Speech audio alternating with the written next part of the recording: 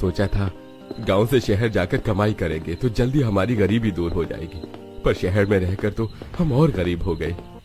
वहाँ जितनी कमाई की है उससे ज्यादा तो वहाँ हमारा खर्चा हो गया जी। अब हम शहर नहीं जाएंगे, अब आप यहीं अपने गांव में रहकर ही कोई काम कीजिए। हाँ, सही कहा तुमने सुरेखा। यह है दिनेश, जो अपनी पत्नी सुरेखा और बेटी सपना के साथ सड़क से पैदल चलते हुए अपने मोनपुर गांव के अंदर जाता है। रात का समय था। काली अंधेरी इस भयानक खौफनाक रात में पूरे गांव में घना सन्नाटा छाया हुआ था। कितना सन्नाटा है गांव में, कोई दिखाई भी नहीं दे रहा। तभी तीनों को सामने एक बड़ा सा चमकता पत्थर दिखाई देता है जो सोने की तरह चमक रहा था। अरे, ये पत्थर तो सोने की तरह लग रहा है। तभी तीनों उस चमकते बड़े से पत्थर के पास आते हैं जो एक सोने का पत्थर था। अरे, ये तो सच में सोने का पत्थर है जी। इतना सारा सोना, माँ बाबा हम तो माला माल हो गए। हाँ हाँ बिटिया, ये तो करोड़ों का खजाना है। इतने बड़े सोने के पत्थर को देखकर तीनों की खुशियों का ठिकाना नहीं रहता। हमें जल्द से जल्द सोने को अपने घर ले जाना होगा। तभी तीनों जैसे ही उस पत्थर को हाथ लगाते हैं तो अचानक वहां तेज तूफानी हवाएं चलने लगती हैं। ये तो तूफान कहां से आ गया? तभी अचानक तीनों वहां से गायब हो जाते हैं और सोने का वो पत्थर अपने आप एक साधारण पत्थर बन जाता है। जब दिनेश और तीनों अपनी आंखें खोलते हैं तो तीनों एक गहरे सूखे कुएं के अंदर थे और उनके सामने एक चमकता दरवाजा था। ये कहाँ आ गए हैं हम? माँ, मुझे बहुत डर लग रहा है। तभी दिनेश की नजर सामने उस चमकते दरवाजे पर पड़ती है जिस पर लिखा था, सोने की इस लंका में इंसानों का प्रवेश करना मना है। सोने की लंका? मुझे बहुत डर लग रहा है। सुरेखा, मुझे लगता है इस दरवाजे के पीछे एक बहुत बड़ी सोने की लंका है। शायद हमें बहुत सारा खजाना मिलने वाला है। नहीं, हमें कोई खजाना नहीं चाहिए, हम घर चलते हैं जी। देखिए क्या लिखा है इस पर कि इंसानों को अंदर आना मना है। अरे पागल मत बनो सुरेखा, तकदीर हमारे सामने खड़ी है। सोचो, अगर हमें खजाना मिल गया तो हमारी सारी गरीबी दूर हो जाएगी। पर हमें कुछ हो गया तो? कुछ नहीं होगा हमें। चलो अब हिम्मत करके इस दरवाजे के पार जाते हैं। तीनों उस दरवाजे को देखते हैं। मैं खोलता हूँ दरवाजा। जैसे ही दिनेश दरवाजा खोलता है तो दरवाजे के उस पार का नजारा देखकर तीनों की आंखें फटी की फटी रह जाती हैं। दरवाजे के उस पार दिन का उजाला था और वहीं की हर चीज, मिट्टी, पत्थर, जमीन, पेड़, घर, हर वस्तुएं सोने की थीं। वहां जमीन पर हर जगह सोने के सिक्के, सोने के जेवर, खिलौने, ये सब पड़े हुए थे। इस खजाने से भरी सोने की दुनिया को देखकर तीनों की आंखें फटी की फटी रह जाती हैं। इतना सारा खजाना, यहाँ तो सब कुछ सोने का है। कहीं मैं सपना तो नहीं देख रही हूँ ना? ये सपना नहीं, हकीकत है सपना बिटिया। अरे, हमें इस दुनिया का सबसे बड़ा खजाना मिल गया। तभी तीनों वहां के सोने को हाथ में उठाकर देखते हैं। हम तो माला माल हो गए। सुरेखा, सपना, जल्दी से ये सोना लूटो और चलो यहाँ से। तभी तीनों बहुत सारा सोना अपने कपड़ों में भरने लगते हैं। थोड़े समय बाद जब दिनेश पीछे उस कुएं की ओर देखता है जहां से वो आए थे तो वहां न कोई दरवाजा था न कोई कुआं था। अरे, वो दरवाजा कहाँ गायब हो गया? तीनों उस दरवाजे को तलाश करने लगते हैं पर उन्हें वो दरवाजा कहीं नहीं मिलता। वो दरवाजा कहाँ गया? अब हम यहाँ से बाहर कैसे निकलेंगे जी? कोई दूसरा रास्ता तो होगा ही यहाँ से निकलने का बाहर। तभी तीनों सोने की उस रहस्यमयी लंका के अंदर चारों ओर घूमने लगते हैं। वहां सोने के सिवाय कुछ नहीं था, न कोई इंसान, न पक्षी, न पानी, न खाना, न फल। सब कुछ था तो वो था चारों ओर सोना ही सोना। काफी समय तक घूमने के बाद तीनों एक सोने के पेड़ के नीचे आकर खड़े हो जाते हैं। ये कैसी अजीब सी दुनिया है, यहाँ से बाहर निकलने का कोई रास्ता नजर ही नहीं आ रहा। मैंने आपको पहले ही कहा था कि हम उस दरवाजे के पीछे नहीं जाते। आपके लालच के चक्कर में हमें सोने की लंका में फंस गए हैं। यहाँ तो न पानी है न खाना, बस चारों ओर सोना ही सोना है। मुझे बहुत प्यास लगी है माँ। तभी तीनों के पास एक अनजान आदमी आता है। कौन हो तुम? मेरा नाम अजय है, पर आप लोग कौन हो और यहाँ कैसे आए? तभी दिनेश अजय को सारी बात बताता है। मैं भी यहाँ ऐसे ही फंस गया था, पर बड़ी मुश्किल से मुझे यहाँ से बाहर निकलने का रास्ता मिला है। आप लोग चलिए मेरे साथ, मैं आपको यहाँ से बाहर निकालने का रास्ता दिखाता हूँ। तभी तीनों कई सारा सोना अपने हाथ में लेकर उस अजय के पीछे जाते हैं। थोड़े समय बाद अजय तीनों को लेकर एक सोने के सुंदर से महल के पास लेकर आता है। अरे कितना सुंदर है ये सोने का महल। इस दुनिया से बाहर निकलने का रास्ता इसी महल के अंदर है, चलिए। अजय तीनों को लेकर उस महल के अंदर आ जाता है तो अंदर से ये महल भयानक खंडहर महल था, जहां की काली दीवारों पर लोगों के कई सारे कंकाल लटके हुए थे। ये भयानक मंजर देखकर दिनेश और उसके परिवार की आंखें फटी की फटी रह जाती हैं। ये तो इंसानों के कंकाल हैं जी। ये कहाँ ले आए तुम भाई? तुम हमें ये कहाँ ले आए? ये सब क्या है? तभी अजय एक भयानक भूतिया राक्षस बन जाता है। अरे ये तो भूत है। तभी उस भूतिया राक्षस के पास कई सारे चुड़ैल कंकाल लटके हुए थे। ये भयानक मंजर देखकर दिनेश और उसके परिवार की आंखें फटी की फटी रह जाती हैं। ये तो इंसानों के कंकाल हैं जी। ये कहाँ ले आए तुम भाई? तुम हमें ये कहाँ ले आए? ये सब क्या है? तभी अजय एक भयानक भूतिया राक्षस बन जाता है। अरे ये तो भूत है। तभी उस भूतिया राक्षस के पास कई सारे चुड़ैल और कई सारे भूत आकर खड़े हो जाते हैं और सब तीनों को देखकर जोर जोर से हंसने लगते हैं। कितने सारे भूत।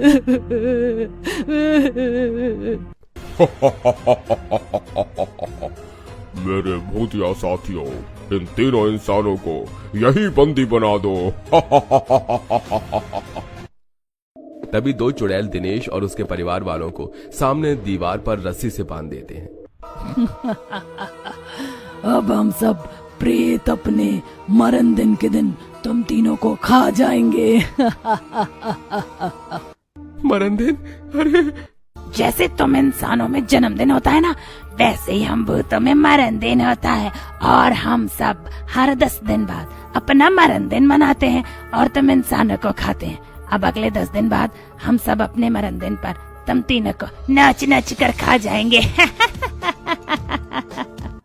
ये सुनकर दिनेश और सबके होश उड़ जाते हैं। इसका मतलब ये सारे भूत हमें मार कर खा जाएंगे। अरे कोई है, हमें बचाओ। अगले दिन सवेरे उस भयानक सोने का अनजान पत्थर आम पत्थर की तरह मोरपुर गांव की जमीन पर पड़ा था। उसके पास से कई सारे गांव वाले आना जाना कर रहे थे। उस पत्थर के ऊपर किसी अनजान भाषा में कोई बात लिखी हुई थी। इसी गांव का एक निवासी चमन रास्ते से पैदल जा रहा था। गाड़ी का समय हो चुका है। जल्दी जाकर सबको लेकर आता हूँ। चमन इसी गांव में अपने छोटे से घर में आता है, जहाँ घर में उसकी पत्नी शांति, बूढ़े माता पिता कुलदीप, मीनाक्षी और बहन रिया ये सब थे। क्या हुआ चमन, कोई गाड़ी मिली? हाँ माँ, मिल गई। शांति जल्दी चलो, हमें शाम तक वापस भी आना है। चमन और उसके परिवार वाले पास के गांव में चमन की मासी की बेटी की शादी में जा रहे थे। तभी शांति के घर उसकी पड़ोसन उर्मिला आती है। भाई कहाँ जाने की तैयारी चल रही है? काकी जी, गांव में हमारी मासी जी रहती है ना, आज उनकी बेटी की शादी है तो हम सब वहीं जा रहे हैं। शांति, अगर तुम्हें बुरा ना लगे तो क्या तेरे काका और मैं, हम दोनों भी चले तुम्हारे साथ? हाँ चलिए ना काकी जी। तभी चमन के परिवार के साथ उनकी पड़ोसन उर्मिला अपने पति के साथ उसके गांव से चले जाते हैं। रात का समय, चमन और सब अपने गांव में पैदल चलते हुए आ रहे थे। चारों ओर भयानक सन्नाटा और अंधेरा छाया हुआ था। तभी सब चलते चलते उसी सोने के पत्थर के पास आते हैं तो उस सोने के पत्थर को देखकर सबके होश उड़ जाते हैं। इतना बड़ा सोने का पत्थर? यह पत्थर केवल रात के समय ही सोने का बनता है। तभी सब जैसे ही उस सोने के पत्थर के पास आकर उसे हाथ लगाते हैं तो ये सब भी उसी सूखे गहरे कुएं के अंदर आ जाते हैं। अरे ये कहाँ आ गए हम? ये तो कुआं है जी। तभी सबको वही दरवाजा दिखाई देता है। अब सोने के लालच में ये सब भी उस दरवाजे को खोलकर उसी सोने की लंका में प्रवेश कर जाते हैं। इतना सारा खजाना, यहाँ तो हर चीज सोने की है। हम तो माला माल हो गए। अरे देख क्या रहे हो, लूट लो ये खजाना। सब वहां का सोना उठाने लगते हैं। अब जब ये सब भी उस दरवाजे को देखते हैं तो वो दरवाजा फिर से गायब हो चुका था। ये दरवाजा कहाँ चला गया? अरे अब हम यहाँ से बाहर कैसे निकलेंगे? तभी सब उस दरवाजे को तलाश करने लगते हैं। अब इसी तरह ये सब सारा दिन उस सोने की दुनिया में भटकते रहते हैं। अगले दिन सब एक सोने के झोपड़ी घर के बाहर जमीन पर बैठे भूख प्यास की वजह से तड़प रहे थे। अरे कोई मुझे पानी दे दो, मेरा गला सूख रहा है। कल से पानी और खाना न खाने से सबकी हालत बेहद खराब हो चुकी थी। यहाँ तो न पानी है न खाना, बस चारों तरफ सोना ही सोना है। अरे सोने के लालच में ये कहाँ फंस गए हम चमन बेटा। अरे मुझे पानी ला कर दे दे। अरे वरना मैं प्यास के मारे मर जाऊंगा। अरे सोने की इस भयानक दुनिया में कहीं भी पानी नहीं था। तभी सबके पास एक बूढ़ी महिला आती है। तुम सबकी हालत तो बहुत खराब है, हमें थोड़ा सा पानी दे दीजिए, पानी। तभी बूढ़ी महिला सबको लेकर एक सोने के झोपड़े घर के अंदर जाती है और एक बड़ा सा प्याला सबको देती है जिसमें काफी सारा खून था। अरे खून! खून को देखकर सबके होश उड़ जाते हैं। तभी बूढ़ी महिला एक बड़ी सी थाली में इंसानों के कटे हुए हाथ पैर लेकर आती है। ये देखकर चमन और उस सब की आंखें फटी की फटी रह जाती है। ये सब क्या है? तभी वो बूढ़ी महिला एक भयानक डरावनी खौफनाक चुड़ैल बन जाती है। ये तो चुड़ैल है। हाँ, मैं सोने की लंका की भयानक चुड़ैल हूँ और यहाँ इंसानों को आना सख्त मना है। सब चुड़ैल को देखकर कांपने लगते हैं। अब पियो ये खून, वरना मैं तुम सबको मारकर तुम्हारा खून पी जाऊंगी। अरे भागो सब यहाँ से! सब दौड़ते हुए बाहर आते हैं तो बाहर कई सारी चुड़ैलें, भूत, राक्षस ये सब खड़े हुए थे। अरे अरे बाप रे, यहाँ तो कितने सारे भूत हैं। एक बार जो हमारी सोने की इस भूतिया लंका में आ जाता है वो यहाँ से जिंदा वापस नहीं जाता। भूतिया लंका? अब हम तुम्हें भी बाकी इंसानों की तरह बंदी बनाकर अपने मरण दिन पर तुम्हें मार कर खाएंगे। तभी सारे प्रेत चमन और सबको उसी खंडर में लाकर कैद कर देते हैं जहाँ दिनेश और उसके परिवार वाले थे। अरे बाप रे, तुम सभी इन भूतों के हाथों पकड़े गए। अगले दिन उर्मिला का बेटा अभय अपने घर में था। माँ, पिताजी और सब अब तक आए क्यों नहीं? एक काम करता हूँ, चमन भाई के मासी जी के बेटे विनोद को फोन करता हूँ। अभय चमन के मासी के बेटे विनोद को कॉल करता है। विनोद गांव में रहता है। विनोद भाई, मैं चमन भाई का पड़ोसी बोल रहा हूँ। मेरे माँ बाबा और चमन भाई सब आपके घर आए हैं ना? अरे वो लोग यहाँ आए ही नहीं, हम कल से उनकी राह देख रहे हैं। क्या? पर वो सब तो कल से तुम्हारे गांव के लिए यहाँ से निकले थे और वो अब तक आए नहीं। अरे क्या, जब वो आए यहाँ नहीं तो कहाँ चले गए फिर? ये बात सुनकर अभय घबरा जाता है। कहाँ चले गए माँ बाबा और सब? तभी अभय अपने कुछ दोस्तों के साथ अपने माता पिता और सबको ढूंढने लगता है। रात का समय अभय और उसके दोस्त सब गांव के बाहर की सड़क से पैदल चलते हुए आ रहे थे। अरे कहाँ चले गए थे आप सब? ये रो मत अभय, तेरे माता पिता मिल जाएंगे। तभी सब अंदर गांव में आते हैं तो इन्हें भी वो सोने का पत्थर दिखाई देता है। इतने में राहुल के पैर में एक कांटा चुभ जाता है। सब उस सोने के पत्थर के पास आते हैं और जैसे ही उसे हाथ लगाते हैं तो सब अचानक से गायब हो जाते हैं। ये देखकर राहुल के होश उड़ जाते हैं। अरे अबे और सब कहाँ गायब हो गए? तभी वो सोने का पत्थर अचानक से सादा आम पत्थर बन जाता है। ये रहस्य देखकर राहुल के हाथ पैर कांपने लगते हैं। ये क्या है? तभी राहुल वहां से भाग जाता है। अगले दिन सवेरे राहुल गांव के सारे निवासियों को जमा करके उस पत्थर के पास लेकर आता है और सबको कल रात की सारी घटना बताता है। वहां गांव का साहूकार, मुखिया ये सब भी थे। क्या इस पत्थर को छूते ही सब गायब हो गए थे? हाँ, मुझे लगता है गांव में जो लोग लापता हुए हैं वो सब इसी सोने के पत्थर के कारण गायब हुए हैं। ये पत्थर दिन में आम पत्थर की तरह दिखता है और रात में सोने का बन जाता है। सब ये बात सुनकर बेहद घबराने लगते हैं। अरे इस पत्थर पर कुछ लिखा भी है, पर ये कौन सी भाषा है? मुझे तो ये सब भूत प्रेत का चक्कर लगता है। हमें गांव में किसी तांत्रिक बाबा को बुलाना होगा। तभी सब एक तांत्रिक बाबा को वहां बुलाते हैं तो बाबा अपने तंत्र मंत्र से उस पत्थर पर लिखी बात समझ लेते हैं।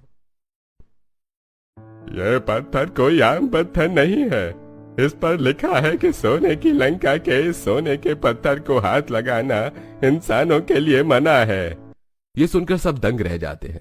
सोने की लंका, ये क्या चक्कर है? बाबा, मेरे दोस्त इस पत्थर को हाथ लगाते ही कहाँ गायब हो गए? अब इस बात का पता हमें रात में ही पता चल पाएगा। हमें भी इस पत्थर को रात के समय हाथ लगाना होगा ताकि हम भी देखें कि ये रहस्यमय पत्थर लोगों को कहाँ भेज रहा है। रात का समय बाबा और गांव के सारे निवासी इसी रहस्यमय सोने के पत्थर के पास आते हैं। अरे, कौन मेरे साथ इस पत्थर को हाथ लगाएगा? तभी साहूकार, मुखिया और गांव के कुछ निवासी ये सब मिलकर बाबा के साथ मिलकर उस सोने के पत्थर को जैसे ही हाथ लगाते हैं तो सब उसी सोने की लंका में आ जाते हैं। अरे, यहाँ तो हर चीज सोने की है। तभी सबको उस सोने के महल से लोगों की चीखने की आवाजें सुनाई देती हैं। अरे, ये तो अभय और अपने गांव के निवासियों की आवाजें हैं। तभी उस सोने के महल के अंदर सब जाते हैं तो वहां उनके गांव के सारे निवासी दीवार पर रस्सियों से बंधे थे। अरे, ये सब यहाँ कैसे? तभी वहां वही सारे भूत और चुड़ैल प्रकट हो जाते हैं। उन सभी को देखकर सबका डर के मारे बुरा हाल होने लगता है। अरे बाप रे, इतने सारे भूत! हमारी सोने की इस लंका में आने की तुम्हारी हिम्मत कैसे हुई साथियों? इन सारे इंसानों को भी बंदी बना लो। तभी सारे भूत, चुड़ैल, मुखिया और बाकी सबको भी बंदी बना लेते हैं। पर जैसे ही वो बाबा को हाथ लगाते हैं तो वो भूत जलने लगते हैं। इसे हाथ लगाने पर तो हमारा शरीर जल रहा है। मुझे बंदी बनाना तुम लोगों के भूतों के बस की बात नहीं है। तभी राक्षस अपनी शक्ति से बाबा को एक पिंजरे में कैद कर देता है। हमारी सोने की लंका में केवल हमारी ही शक्तियां काम करती हैं। कौन हो तुम और इन इंसानों को क्यों बंदी बना रखा है? हम राजगढ़ के राजा सूर्यसेन हैं और ये सब हमारे नगर के निवासी, हमारे परिवार के निवासी हैं। हम सदियों से प्रेत बनकर अपने सोने की लंका की रक्षा करते आ रहे हैं। पर एक तुम्हारी ही तरह इंसान एक दिन हमारी इस लंका में आया था और उसने हम सब से छुपकर हमारी इस दुनिया के सोने के पत्थर को तुम्हारी दुनिया में लेकर गया था। तभी हमारी एक चुड़ैल ने उस आदमी को मार दिया था और तब से वो पत्थर वहाँ तुम्हारी दुनिया में है। हम प्रेत अपनी इस दुनिया के सोने को नहीं उठा सकते, इसीलिए वो पत्थर अब तक तुम्हारी दुनिया में मौजूद है, जो रात के समय अपने असली रूप में प्रकट होता है और जो भी उसे हाथ लगाता है वो सीधे हमारी लंका में आ जाता है। ये सुनकर सबके होश उड़ जाते हैं। इसका मतलब उस सोने के पत्थर को अगर नष्ट कर दिया गया तो फिर कभी इस सोने की भूतिया लंका में कोई इंसान नहीं आ पाएगा। बस कुछ दिन और फिर हम सब तुम्हें मारकर खा जाएंगे। सारे प्रेत वहां से गायब हो जाते हैं। बाबा, कुछ कीजिए। बाबा अपनी शक्ति से उस पिंजरे को तोड़ने की बहुत कोशिश करते हैं पर बाबा की शक्ति यहाँ काम नहीं कर रही थी। अब इसी तरह दिन प्रतिदिन बीतने लगे। भूखे प्यासे रहने से अब गांव के निवासी इस खंडर में अपनी जान गंवाते जा रहे थे। ये देखकर बाकी गांव वाले काफी रो रहे थे। भगवान जी, अब आप ही हमें इन भूतों के कहर से बचा सकते हैं। सब हाथ जोड़कर भगवान जी से प्रार्थना करने लगते हैं। तभी वहां सारे भूत, चुड़ैल, राक्षस ये सब आ जाते हैं। साथियों, आज है हमारा मरण दिन। चलो इन सबको मारकर खाना शुरू करो। बाबा, बाबा कुछ कीजिए बाबा। तभी भूत एक आदमी को पकड़ता है और सब मिलकर उसे खाने लगते हैं। अरे भगवान जी, इन गांव वालों को बचा लीजिए। प्रेतों का यह भयानक रूप देखकर सारे गांव के निवासी डर के मारे चीख रहे थे, चिल्ला रहे थे। तभी इधर गांव में उसी सोने के पत्थर के पास तांत्रिक बाबा के गुरु, बहुत बड़े तांत्रिक आ जाते हैं और वो उस पत्थर को देखकर उसका सारा रहस्य समझ जाते हैं। मुझे इस पत्थर को नष्ट करना ही होगा। तभी बाबा अपनी शक्ति से उस सोने के रहस्यमय पत्थर के टुकड़े टुकड़े कर देते हैं, जिसके बाद उस खंडर में कैद सारे इंसान और बाबा सब अपने गांव में बाबा के पास चले आते हैं। अरे, हम बच गए। हम अपने गांव में आ गए। उस सोने की लंका के पत्थर का हमेशा के लिए अंत हो गया। अब कोई इंसान उन भूत की सोने की लंका में नहीं जा पाएगा। बाबा, आपका बहुत बहुत धन्यवाद गुरुजी। आप नहीं आते तो हम सब उन प्रेतों का शिकार बन जाते।